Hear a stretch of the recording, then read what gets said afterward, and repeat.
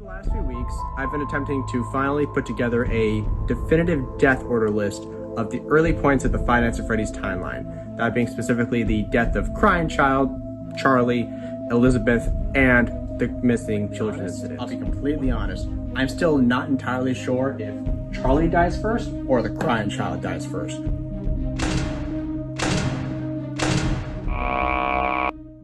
Hello again, fellow Freddy fans and other peoples of the internet. My name is James, or as the channel calls me, Mr. Desk Fan. As per usual, feel free to ignore that. As you may recall from my sister location video, if you haven't seen it, don't worry, this entire video works perfectly fine on its own. Something that I intentionally glossed over in the early part of the timeline, besides who dies first, is where Charlie dies and possesses the puppet.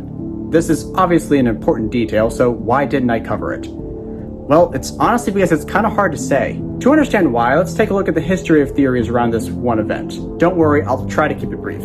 The first time we ever saw this event play out was all the way back in FNAF 2, in the minigame Take Cake to the Children. I personally prefer to call it Save Him as it's shorter, so going forward we're going to be referring to it as such. We play as what appears to be Freddy in a room handing out cake to kids, but just outside the window, Charlie is looking in, crying. A car pulls up beside her and William Afton steps out. We slow down, unable to do anything, as, in horror, we watch as he kills her and drives off, leaving the minigame to end with a jump scare from the puppet.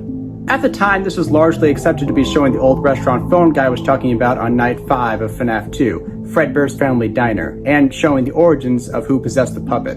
I think the name of the place was Fredbear's Family Diner or something like that. However, with the release of FNAF 4, this was put into question as we now had a very good look at what Fredbear's was, and it didn't match what was seen in Save Him. And for a good minute there, Crying Child being the puppet was even considered a possibility. Frankly, everything around that time was put into question, with many people subscribing to Dream Theory, which would have made everything prior to 4 irrelevant anyway. Fast forwarding past all that drama, we got Pizzeria Simulator, and with that game, another perspective on Save Him. We play as the puppet, or security puppet, as referred to in-game, and our task is to not let our assigned child reach the exit, with the child having a green wristband. However, one night you cannot leave the box, other boxes are stacked on top of you, and your assigned child, Charlie, is locked outside by a group of bullies. As you finally get out of the box, she fades into the darkness, so you go outside to find her. But the rain is breaking you down until you can only crawl as you reach her, now dead in the back alley. The only evidence of what happened being a set of tire tracks. You finally succumb to the rain and collapse next to her body, and the scene ends. The cassette man, Henry, confirms that both events are the same and that the girl is his daughter, though he does not name her. We got that information from the Silver Eyes trilogy. In the Silver Eyes, Charlie's twin, Sammy, was kidnapped and killed by William at Fredbear's Family Diner on the Halloween of 1982. The major twist in the fourth closet, coming out half a year after Pizzeria Simulator, is that Sammy wasn't taken, it was Charlie. And on top of that, the year of the killing was changed from 1982 to 1983. So in this overly long recap, we go from she died at Fredbear's to she didn't die at Fredbear's to she maybe died at Fredbear's but definitely did in the other continuity. And that's kind of where we stayed for a while. But if there's anything I'm going to say in this video that I'm 100% confident in, it's that she definitely died at the same location that we're refurbishing in Pizzeria Simulator. Occasionally, while playing the game, we are greeted to these 4 rare screens that show the animatronics before we salvage them. The alleyway walls in these screens almost perfectly match the alley we see in the security puppet minigame, with the dumpsters and specifically the amount of posters. This could even be one of the reasons William suspected that the whole restaurant was a trap, but went anyway. He recognized the location and was curious, believing he would escape anyway if he needed to. What a deceptive calling. I knew it was a lie the moment I heard it, obviously, but it is intriguing nonetheless. Narratively, it also works just perfectly, with Henry repurposing the location of his daughter's death into what he thought would finally put decades of tragedy to rest. So, what is the building being refurbished from? I believe it's Fredbear's. But how does that make any sense? The Fredbear's we see in FNAF 4 has a completely different entrance, and aesthetically is just totally different. Well, here's where you're going to need to change perspectives a bit, quite literally. Remember how Henry refers to where we salvage the animatronics from. Before you is an animatronic found in the back alley. We are unsure of its origins. It's a back alley, and if it's true that this is the same alley we see in the security puppet minigame, then this means Save Him isn't showing a whole building, just the back of it. Charlie is locked in the back alley, leaving a perfect opportunity for William to strike. The front of the building is exactly what we see in FNAF 4 and eventually turns into what we see it as in Security Breach, yet still sporting the red door. Oh, and as far as aesthetic differences, remember that these are the same event somehow, with Security Puppet being more in line with the semi-realistic depiction of things similar to FNAF 4, except now it's dark and overcast, a rainy night. So, with this proposed building layout, how on earth does this help? How does this tell us who dies first? Crying Child or Charlie? My conclusion is interesting. Most people assume that Fredbear's closes due to the bite of 83, a fair assumption, but I want you to think about how each restaurant closes in the franchise. Besides the fires in 3 and 6, it's due to murder. The exceptions being the bite for Fredbear's and FNAF 1 due to the branches being too tarnished at the time. But what if Fredbear's didn't close after the bite? After all, it was a result of neglect and bullying, just a freak accident. What if it did finally close due to Charlie's death?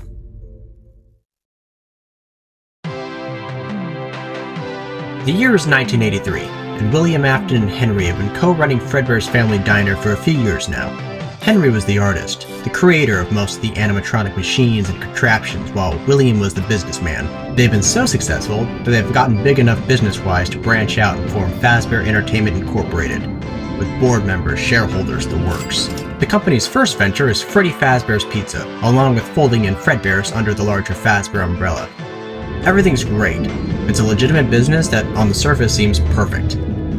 But in truth, there was a one-way rivalry between the two partners, one William would never truly give up. William envied Henry, his ability to create, to be happy, to love his work and family, to feel. He was obsessed with a mix of wild jealousy and near worship.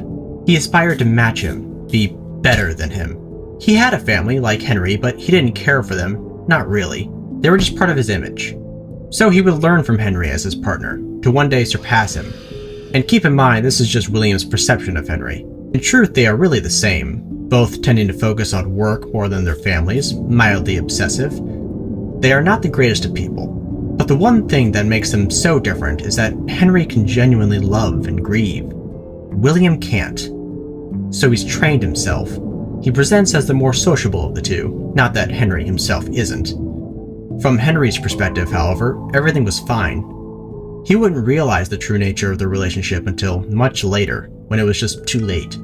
For the years of Fredbear's operations, it stayed like this, continuing into 1983 and the formation of Fazbear Entertainment Incorporated. But the fragile nature of their friendship was shattered in the summer, during the bite of 83. William's middle child, the crying child, is severely injured and put into a coma by his older brother Michael and his friends, forcing his head into the mouth of the operating Fredbear. A prank gone wrong. William had always left Michael to look after his younger brother. After all, William had better things to do. The thing is, with people getting in and out of Springlock costumes, and sometimes guests accidentally seeing this happen, rumors amongst the kids had spread of people being shoved into suits. It was just playground gossip, nothing serious, but what is seen in the shadows can easily be misunderstood in the mind of a child. For Crying Child, all of this was enough to make him fearful of the suits he constantly had to be around due to his father's work.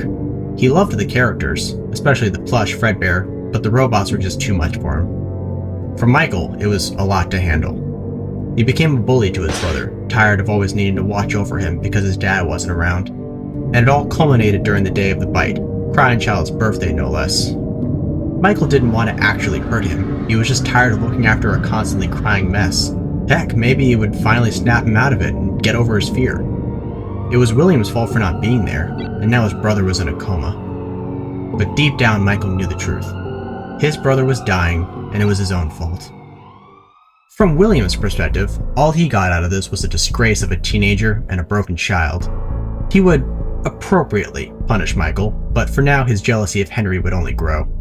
His family image was fine. The machines that were capable of such intense injury existed because of him. Henry, while feeling terrible about the incident and sympathetic for William, seeks to, instead of shutting down the Fredbear's restaurant entirely, try to rebrand and simply phase out the animatronic associated with the bite, putting in the new star of the show, Freddy Fazbear. They would also rebrand the joint character show they had been running at the time from Fredbear and Friends to Freddy and Friends. And lastly, as the Bite of 83 incident was a result of bullying and lack of supervision, he would install the security puppet that would double as added protection for his daughter Charlie, and as the prize counter attendant. The restaurant would operate for a few more months until a rainy Halloween night. William would pull up to the restaurant and find that Charlie was locked out in the back alley. That stupid puppet wasn't active for some reason, and it was the perfect opportunity to bring Henry down to his level. He would kill Charlie, not out of revenge for grief for his son, but to simply level the playing field. He gets away, completely scot-free, and moments later the puppet collapses on Charlie's body, marking the first possession of the franchise. Henry would be distraught, and together he and William would finally close Fredbear's and fully devote all of their attention to Freddy's. Henry, while still working and trying to keep up appearances, had an aura of shell shock that he couldn't really hide. He had been damaged as William had hoped he would. They would move a few things from the Fredbear's location to Freddy's, including Fredbear himself, Spring Bonnie, and the puppet. The puppet would continue to function just as the prize counter attendant, but it was different. And William realized this. It seemed to be thinking, and eventually he would come to an insane conclusion. Charlie was in the puppet. Somehow her life had continued. William had always envied Henry's ability to make lifelike things with his machines, but this was entirely different. And William wanted to control it, to replicate it. Could he even bring someone back to life? Charlie had been found publicly. He couldn't experiment much with her. He needed more subjects. To replicate the fear, replicate the death. That's what he would do. William would go home. They had moved Crying Child there soon after the hospital. He entered his room to find Michael next to him, still with the Fredbear plush by his side. He was tearfully saying sorry to him. William came up to the bed and looked at the Crying Child, his dying son, a perfect guinea pig. He would be the final test. William wouldn't just make lifelike things or transfer life. He would eventually bring back to life. He would put the Crying Child back together.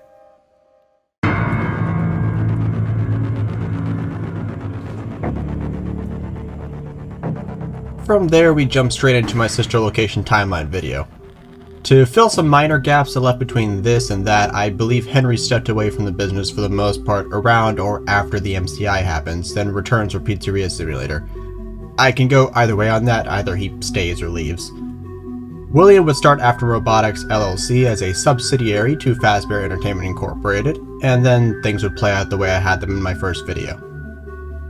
He wants to experiment with fear and possible possession, and ultimately wants to use Crying Child as a test to fully bring someone back. He's just a stepping stone to eventual immortality. You may have also noticed that I didn't fill in exactly how Midnight Motorist works in this. That's simply because those topics one day really deserve dedicated videos to themselves. I have a lot to speculate about before nailing down my conclusive thoughts. I began this channel trying to answer a question. What is the definitive death order of the early parts of the Five Nights at Freddy's timeline? And I think I have it. The Bite of 83, Summer 1983. Charlotte Emily killed by William Afton, October 1983. Crying Child dies due to injuries, end of 1983 to beginning of 1984. Elizabeth Afton dies due to Circus Baby, mid-1984 to mid-1985. And finally, the Missing Children's Incident, June 26, 1985. So, overall, what do y'all think? Did I convince y'all that Save Him is still Fredbear's? What do you think of my timeline? What do you think of my death order? I'll be honest, I tend to prefer theorizing around the series more event to event than so narratively driven, so this is really kind of uncomfortable for me, actually. However, I felt that this being such a crucial part of the timeline, I really needed to flesh out the William and Henry that I'm working with going forward. Without the right setup, nothing else works going forward, and I think this is a narrative that works with the characterizations we have with these people and the facts that the games give us. It may seem a little fan-fiction-y, but that's why I prefer to look at the series more event to event. Unless you do, you're basically forced to. If you disagree with the narrative I presented, feel free to criticize. Just as per usual, keep it respectful in the comments, and if you do like what I presented, also please let me know. Like most of humanity, I thrive on positive reinforcement. And just thank you so much for the support on the past 2 videos. It's just been absolutely incredible, and I look forward to making more for you guys. Bye everybody!